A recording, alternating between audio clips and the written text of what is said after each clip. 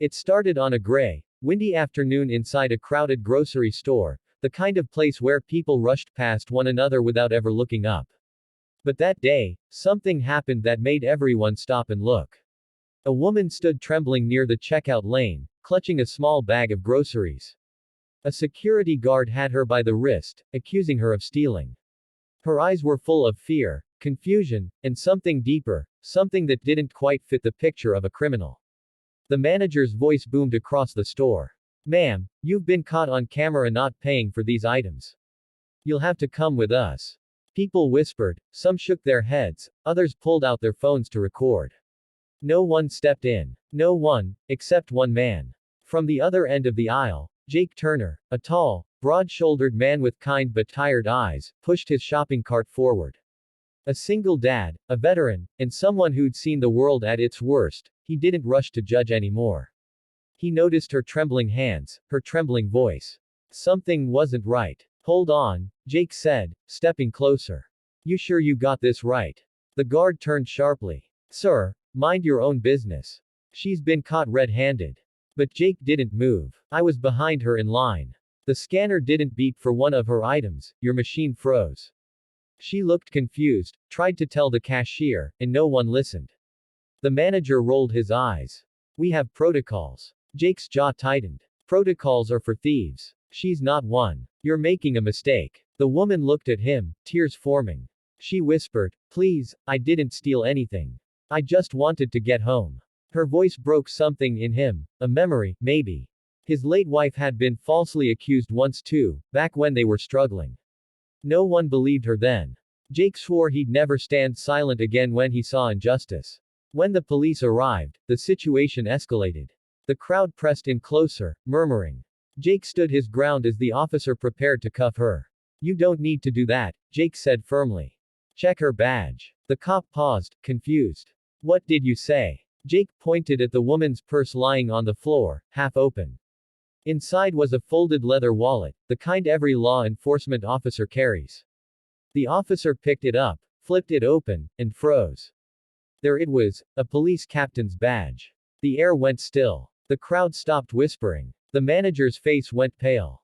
What?" he stammered. "You're a cop." The woman nodded slowly, her voice shaking. "Off duty. I came here after a 14-hour shift. I didn't even realize the scanner didn't pick up the item." The officer quickly uncuffed her and glared at the manager. "You just detained a police captain without verifying the facts." Jake stepped closer, lowering his voice. "You okay, ma'am?" She looked up at him, her composure returning, but her eyes still wet. "I am now. Thank you." He gave a small smile. "No one deserves to be treated like that, uniform or not." The story didn't end there. A few days later, Jake received a call from the precinct. It was Captain Laura Harris, the woman from the store.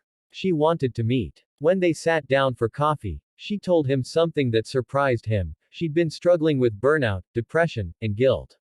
She'd lost faith in people after seeing too much pain in her job. "But that day," she said softly, "you reminded me what we're supposed to stand for: truth, compassion, justice. You didn't know me, yet you stood up for me when no one else did." Jake shrugged. "I just did what was right." She smiled. "Doing what's right when it's hard, that's what makes heroes, Jake. You reminded me of that." From that day forward, Laura and Jake became close friends. Sometimes she'd drop by his small home where his daughter, Emily, would be doing homework at the kitchen table. They'd laugh, share stories, and over time, something unspoken began to grow between them. Not romance at first, but mutual respect and healing. Months passed, and Jake got a call one morning. It was Laura again, this time, asking for his help with something big. A community outreach program for veterans and law enforcement officers, designed to rebuild trust between citizens and those who serve. She wanted Jake to speak, to share his story, to inspire others. At first, he refused. "I'm not a speaker," he said. But she looked him in the eyes. "You're a father who fought for his country and still believes in people. That's exactly who needs to speak." And so he did. Standing before a small crowd of veterans, police officers, and families, Jake told the story of that day in the grocery store, not to embarrass anyone, but to remind everyone that truth isn't always loud, and courage doesn't always wear a uniform. By the end of his speech, people were in tears. The applause went on for minutes. One man shouted, "That's the kind of world we need back."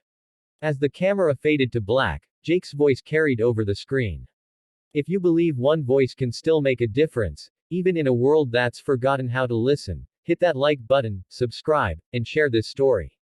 Because maybe, just maybe, your courage will be the next spark that saves someone.